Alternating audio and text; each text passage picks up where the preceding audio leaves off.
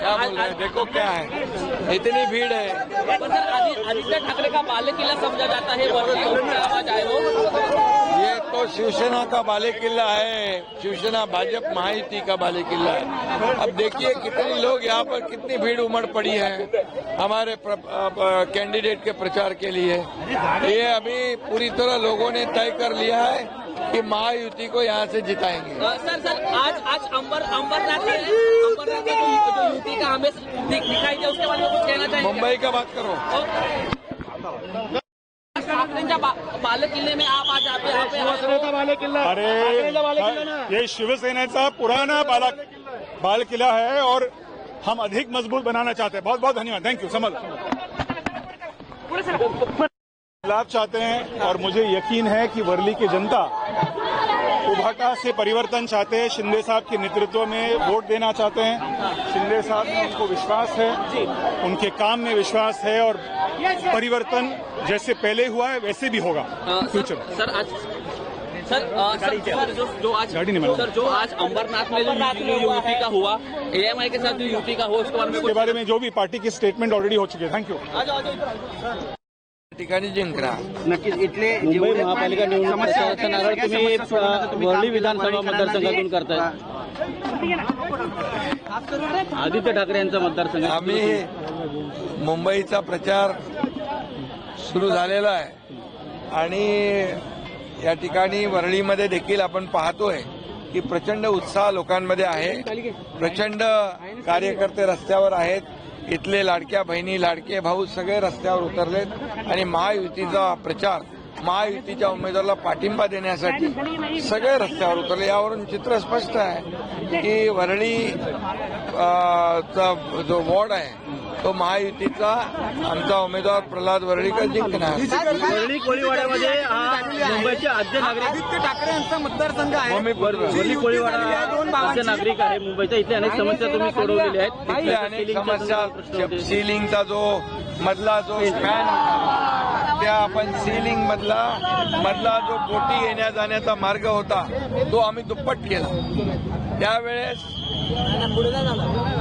जे सत्ताधारी होते ते करू शकले नाही, परंतु मुख्यमंत्री मी झाल्यानंतर तात्काळ त्याला मान्यता दिली आणि कोळी बांधव भगिनी त्यामुळे त्यांचा जो काही प्रश्न होता तो सोडवला।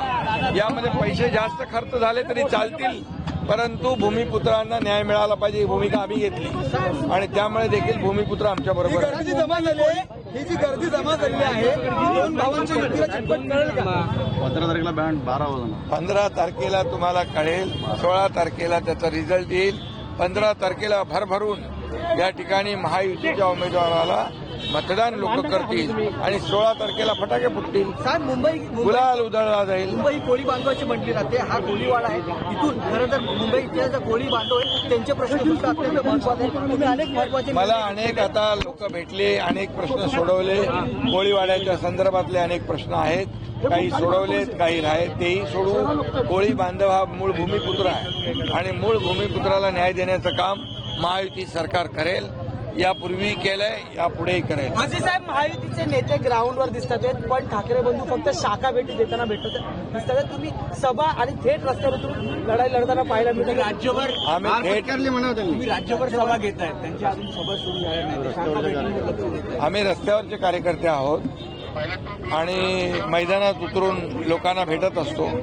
आता शाखांमध्ये ही वेळ शाखांमध्ये बसण्याची नाही, ही वेळ घराघरात जाण्याची आहे। आम्ही म्हणतो डोर टू डोर जा, लोकांना भेटा, संवाद साधा, ही वेळ शाखेत बसण्याची नाही आहे। त्यामुळे आता मी पण घरी बसतो, तुम्ही पण शाखेत बसा। एक मुलाखत झाली त्याच्यामध्ये ते म्हणतात की 2 धुरंधर एकत्र आलेले आहेत आणि त्यामुळे मुंबईत महापौर आमचं होणार, याला तुम्ही उत्तर कसं देणार?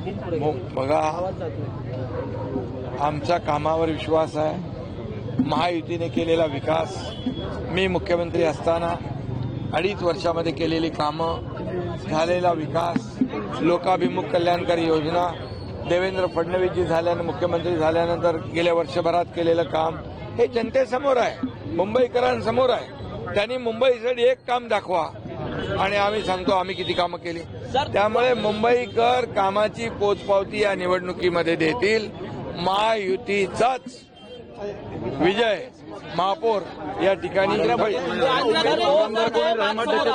शिवसेनेच्या उमेदवारावर चाकू हल्ला झाला. काल त्यांनी अनिल परब